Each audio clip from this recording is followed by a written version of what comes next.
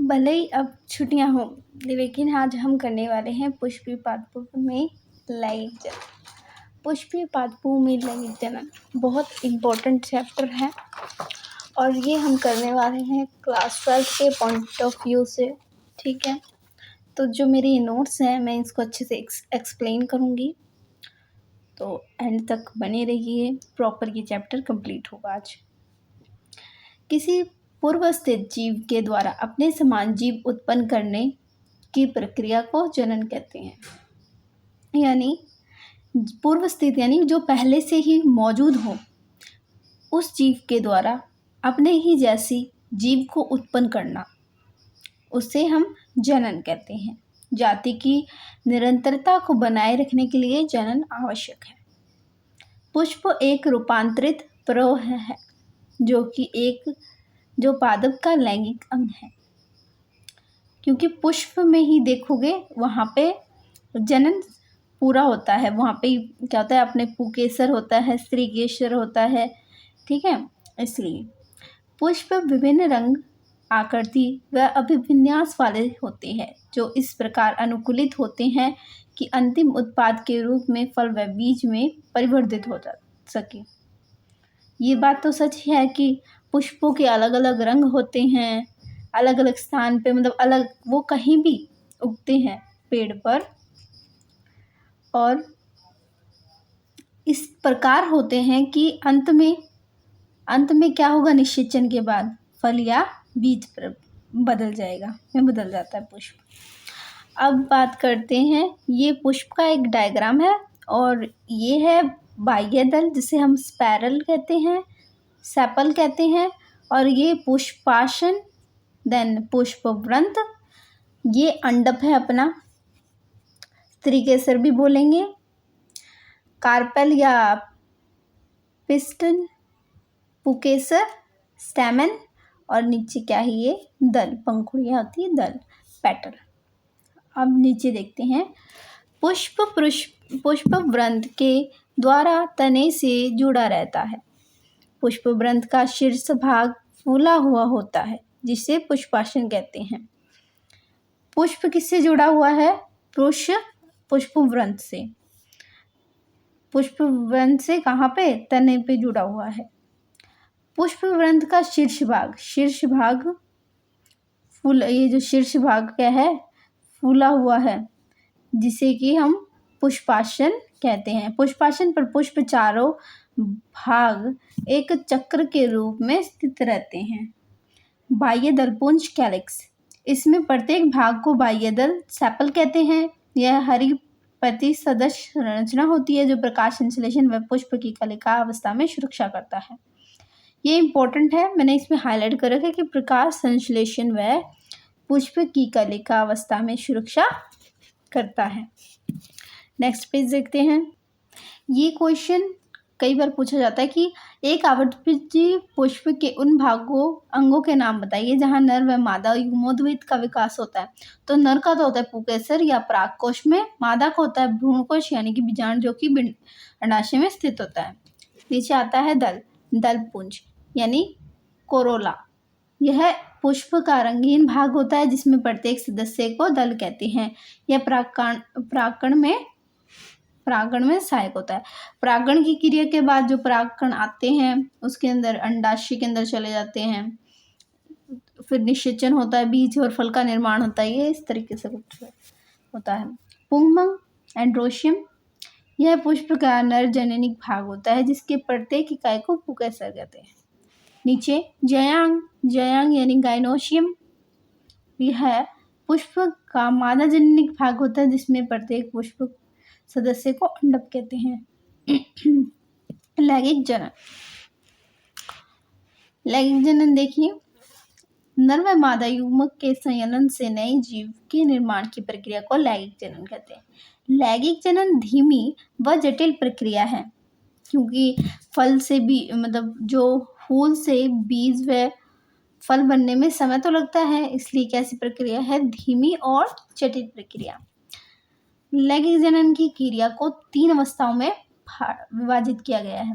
पूर्व निषेचन प्रावस्था घटना, निषेचन पश्च निषेचन प्रावस्था और घटना। निषेचन से पहले क्या होगा, निषेचन में क्या होगा और उसके बाद क्या होगा, ये 3 अलग अलग पार्टों में डिवाइड किया हुआ है। तो अब हम पढ़ने वाले हैं पूर्व निषेचन संरचना एवं परिघटना, pre fertilization structure and event.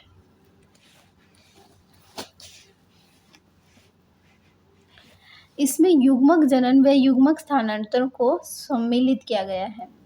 तो इसमें किसको सम्मिलित किया गया है, इम्पोर्टेंट है। एनसीईआरटी के मतलब आप अगर 12th की बोर्ड के एग्ज़ाम दे रहे हैं तो उसके पॉइंट ऑफ व्यू से जो मैं इम्पोर्टेंट हूँ बोलूँ उस पर हाईलाइट कर लीजिए, ध्यान से सुनिए, लिखने की ज़रूरत नहीं है। पुष्प में नर व मादा दोनों जनिक भाग परिवर्धित होते हैं। पुंकेसर यानी स्टेमन, परागकोश, लघु बीजाणुधानी। परागकोश को क्या कहेंगे, लघु बीजाणुधानी। और अगर हम अंडक या अंडाशय को क्या कहेंगे, लघु बीजाणुधानी। ठीक है, वह परागकण ये इस तरीके से एक अपने पुंकेसर होता है जिसमें योजी, जो ये कहते हैं परागकोश और पूतंतु को जोड़ता है, योजी पे जुड़ता है। तो ये परागकोश है, ये पूतंतु है, फिलामेंट है। योजी को हम कनेक्टिव भी बोलते हैं और परागकोश को एंथर भी। और ये परागकोश को जब हम ऐसे काटेंगे, ठीक है, तो कुछ इस प्रकार से दिखाई देगा, इस प्रकार से कि परागकोश इस प्रकार से यहाँ अंदर होते हैं और ये परागकोश है, इसके अंदर ये परागकण इस प्रकार से बंद होते हैं। ठीक है, नीचे देखते हैं, नीचे क्या है। पुंकेसर पुष्प का नरजनिक भाग होता है जिसके 2 भाग होते हैं।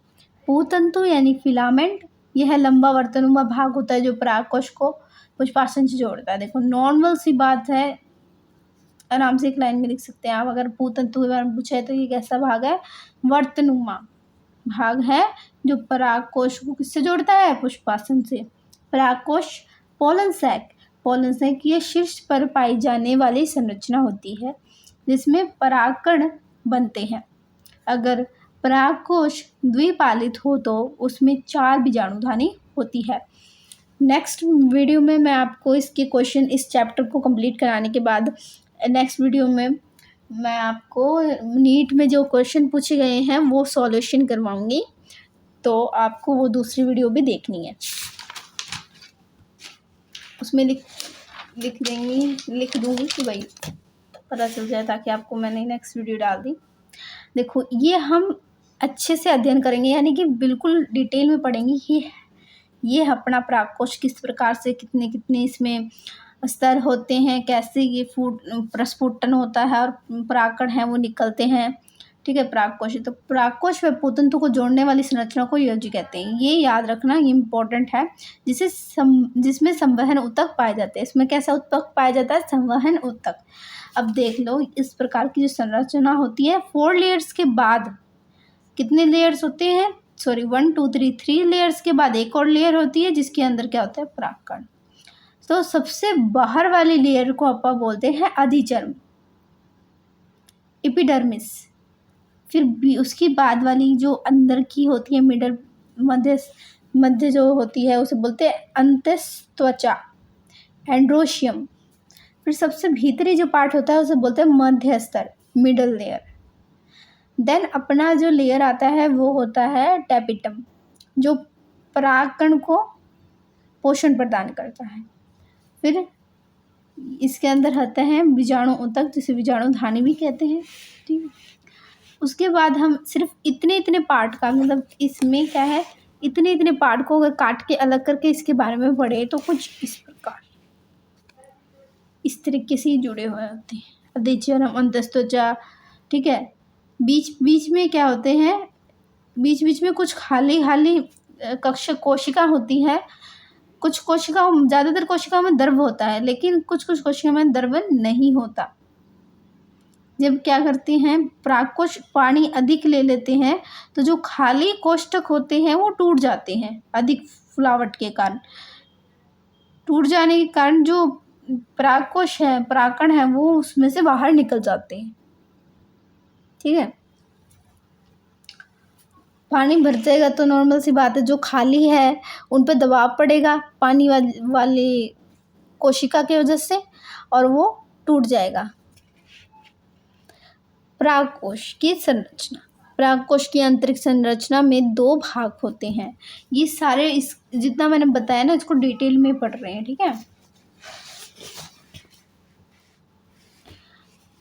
परागवीति, इसमें कोशिका के 4 स्तर पाए जाते हैं, जैसे मैंने बताया था अधीनी, चरम, अंतस्त्वचा, मध्यस्तर, टैपिटम, ठीक है। इन चारों के बारे में पढ़ेंगे।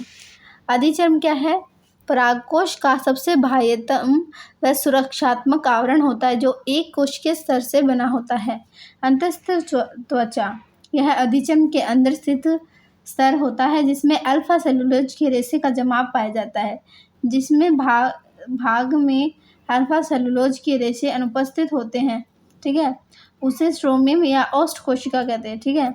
मतलब जो खाली कोशिका होंगी, मैंने बताया था पानी भर जाता है क्योंकि पानी ग्रहण करते हैं, रंध्र ग्रहण करते हैं तो फूल जाती हैं। अल्फा सेलुलोज होता है उनमें, जो खाली होते हैं वो टूट जाते हैं उनके। परागकोश का संपुटन इसी भाग से होता है, बताया था ना, यहाँ से ही निकलते हैं परागकोश, क्योंकि ये आर्द्रता नमी को ग्रहण करने वाली, नमी यानी कि ऑक्सीजन बोलते हैं, ऑक्सीजन में भी नमी होती है, उसको ग्रहण करने वाले। मध्यस्तर यह 2 से 3 कोशिका स्तर मोटा होता है, ठीक है। इसमें कोशिका मृत्युतक से बनी होती है। इसमें कौन सी कोशिका मृत्युतक से बनी होती है? कौन सी कोशिका मृत्युतक से बनी होती है? मध्यस्तर, ठीक है। ऐसे क्वेश्चन भी बन सकते हैं। हमें कुछ नहीं छोड़ना, हर चीज़ को ध्यान से पढ़ना है। टैपिटम, यह परागकोश का सबसे आंतरिक स्तर होता है जिसकी कोशिका बड़ी बहुकेंद्रकीय व बहुगुणित होती है, ठीक है। और क्या है? परागकोश का यह स्तर लघु बीजाणु जनन के दौरान परागकणों को पोषण प्रदान करता है। मैंने पहले भी बताया था कि ये पोषण प्रदान करता है। ये इंपॉर्टेंट है, 2 स्टार लगे हुए हैं, यानी मोस्ट इम्पोर्टेंट क्वेश्चन ये पूछा जा सकता है। और आगे देखते हैं। बीजाणु जनन ऊतक, परागकोश की बीजाणुधानी में उपस्थित द्विगुणित लघु बीजाणु मात्र कोशिका पाई जाती है। इन कोशिका के समूह को बीजाणु जनन ऊतक कहते हैं। लघु बीजाणु जनन, परागकोश की बीजाणुधानी में उपस्थित द्विगुणित लघु बीजाणु मात्र कोशिका में अर्धसूत्री विभाजन द्वारा 4 अगुणित लघु बीजाणु बनने की क्रिया को लघु बीजाणु जनन कहते हैं। ये काफ़ी बार पूछा जाता है ऐसा क्वेश्चन कि लघु बीजाणु जनन किसे कहते हैं, तो इसको दोबारा पढ़ लेना अगर आप 12th क्लास में हैं। अगर आपको 90% से ऊपर बनाने, 95% से ऊपर बनाने हैं तो पढ़ लेना। 2 नंबर का आता है क्वेश्चन, ठीक है। अधिकांश द्विबीजपत्री पादपों में 4 परागकण परागचतुष्क के रूप में स्थित होते हैं, यानी 4 परागकण होंगे तो उसे परागचतुष्क कहेंगे, ठीक है। और द्विबीजपत्री पादपों में देखो ये रहा लघु बीजाणु मात्र कोशिका जो समसूत्री है उसमें अर्धसूत्री विभाजन हुआ, ठीक है। लघु बीजाणु जनन हुआ, इससे 4 लघु बीजाणु चतुष्क बने, ठीक है। नीचे परिपक्व, ये बनाना है, रेड पेन से बनाना है ये इसके साथ में, तभी पूरे नंबर मिलेंगे। परिपक्व परागकोश का संपुटन, परिपक्व परागकोश में कोशिका के 2 स्तर अधिचर्म व अंतस्त्वचा पाए जाते हैं। अन्य स्तर मध्य स्तर व टैपिटम पोषण प्रदान कर नष्ट हो जाता है, यानी मध्य स्तर व टैपिटम क्या करेंगे? पोषण प्रदान करेंगे, जिस कारण ये नष्ट हो जाएंगे। और मैं आपको एक और बात बता देती हूँ, जो मैंने आपको टैपिटम के बारे में, मतलब परागकण के अंदर जितने भी स्तर थे उनके बारे में बताया, टैपिटम के बारे में बताया।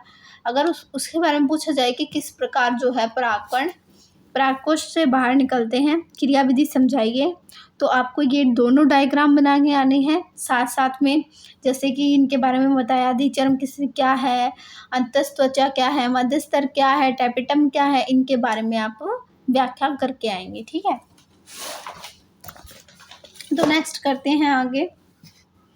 अंतस्त्वचा की कोशिका में उपस्थित अल्फा सेलुलोज आर्द्रताग्राही होती है जो जल का अवशोषण करता है। शुष्क परिस्थितियों में जल हानि होने से स्ट्रोमियम या ओस्ट कोशिका पर दबाव पड़ता है।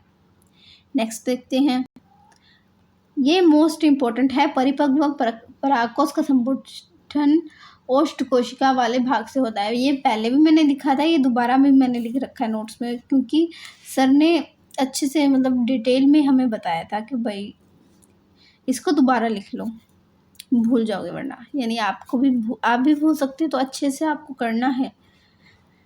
पराकण की संरचना, ये एक पराकण की संरचना है, एक पराकण की, ये रितिका है इसके अंदर, ठीक है। ये केंद्रक है, केंद्रक, उसके बाद अंतःचोल, ये जो अंदर आपको दिख रहा है ये अंतःचोल, इसे, और ये इसके बाहर जो अपने बाह्यचोल होगा वो किसका बना हुआ है, स्पोरोपोलिनिन का। इस कारण ये काफ़ी लंबे समय तक नष्ट नहीं होते, अपघटन नहीं होता इसका। आपने देखा होगा कि कई बार अपघटन होता है बीज का, लेकिन इसका नहीं होता परागकण का, क्योंकि इसमें स्पोरोपोलिन की जो स्तर है लास्ट पाया जाता है, जो इसे कभी ख़त्म नहीं होने देता, जीवाश्म के रूप में मिल सकता है। ये जननिक छिद्र है, जननिक छिद्र होगा तभी तो वहाँ से पौधा निकलेगा, अगर यही नहीं होगा तो पौधा कैसे निकलेगा, फिर तो ये पूरा बंद, क्या फ़ायदा। ये अपना परागकण है। और नीचे देखते हैं लघु बीजाणु, यह नर युग्मोद्भिद की प्रथम अवस्था है। यदि आप गुड़हल के परागकोश को अपनी अंगुलियों से छूते हैं तो पीला रंग का पाउडर प्राप्त होता है। कभी किया है ऐसा? मैंने तो किया है, करके देखना, पाउडर जरूर दिखेगा, जो कि परागकण है। एक कांच की स्लाइड पर पानी की बूंद डालकर सूक्ष्म दृष्टि से परागकण को देखने पर विभिन्न आकार व आकृति के परागकण दिखाई देते हैं। परागकण का आकार कितना होता है? 25 से 50 माइक्रोमीटर। परागकण के दो आवरण होते हैं, बाह्यचोल यानी यह मोटा दृढ़ व खुरदरा आवरण होता है, जो कि विशेष प्रकार के रासायनिक पदार्थ स्पोरोपोलिनिन का बनाता है। स्पोरोपोलिनिन पादप जगत का सर्वाधिक जटिल पदार्थ होता है, जिसका जैविक अपघटन संभव नहीं है, अपघटन नहीं होता। नेक्स्ट देखते हैं, इस कारण परागकण जीवाश्मीय अवस्था में पाए जाते हैं, ठीक है।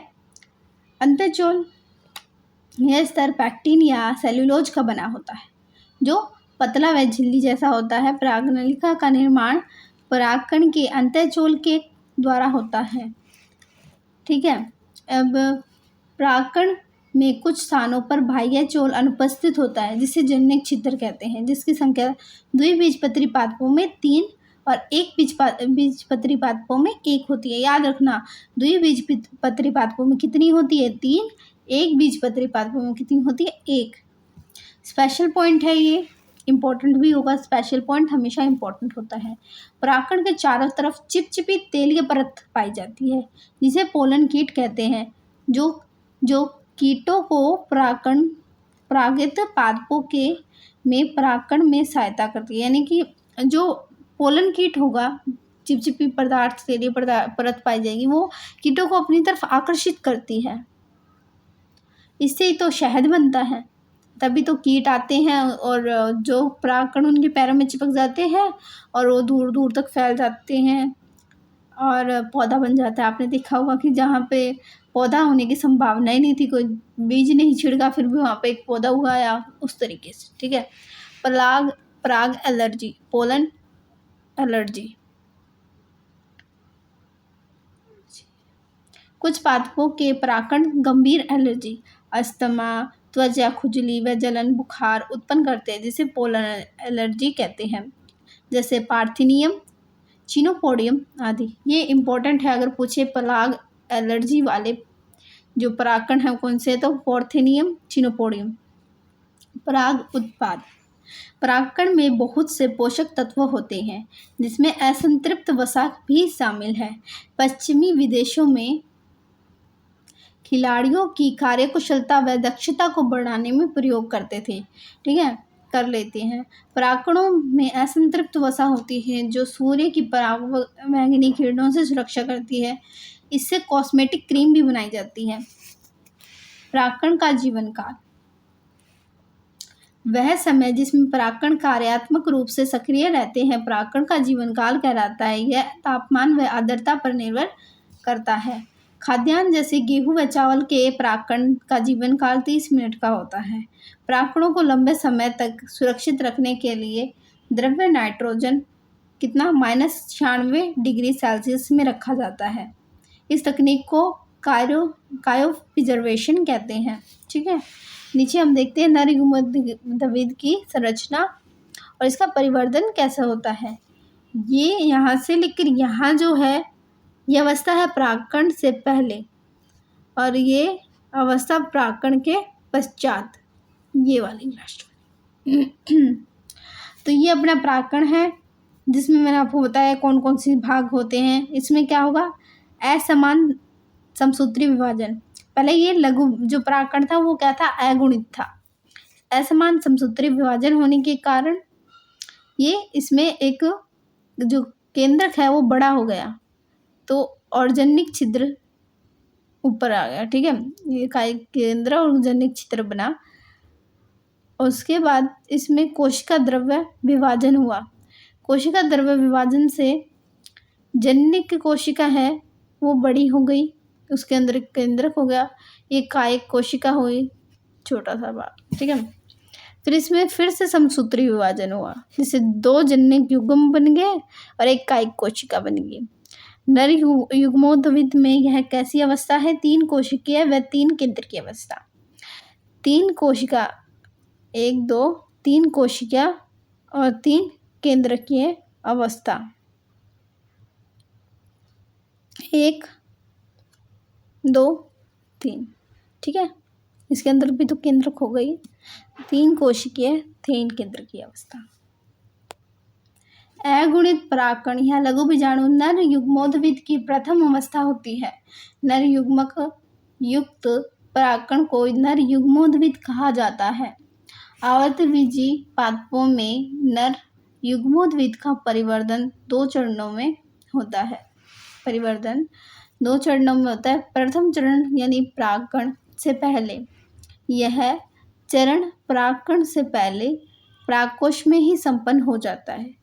इसमें परागकण का केंद्र असमान समसूत्री विभाजन के द्वारा 2 कोशिकाओं का निर्माण करता है।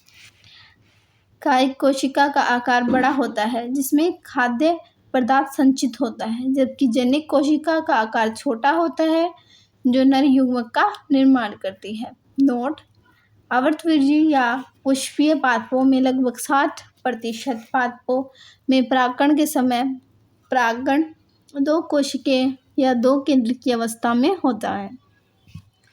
द्वितीय चरण परागकण के बाद, परागकण के पश्चात परागकण वर्तिकाग्र से शर्करा व नमी युक्त पदार्थों का अवशोषण करके परागनलिका का निर्माण करते हैं। जननिक कोशिका में समसूत्री विभाजन से 2 नर युग्मक का निर्माण होता है। परागनलिका में उपस्थित कायिक कोशिका के केंद्र को नाल केंद्रक कहा जाता है। ठीक है, ये 2 नर युग्मक है, ये परागकण है, इसमें से एक नली निकली परागनली और ये है नाल केंद्रक। नोट, इम्पोर्टेंट है ये, पुष्पीय पादपों में परिपक्व नर युग्मोद्भिद 3 कोशिकीय 3 केंद्र की अवस्था का होता है, वो पहले भी बताया था।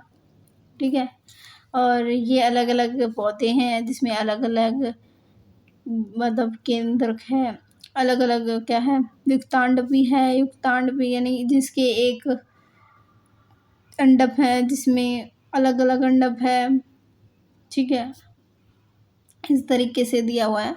ये हम नेक्स्ट पार्ट में करने वाले हैं। इस पार्ट में इतना ही, मिलते हैं अगले पार्ट में।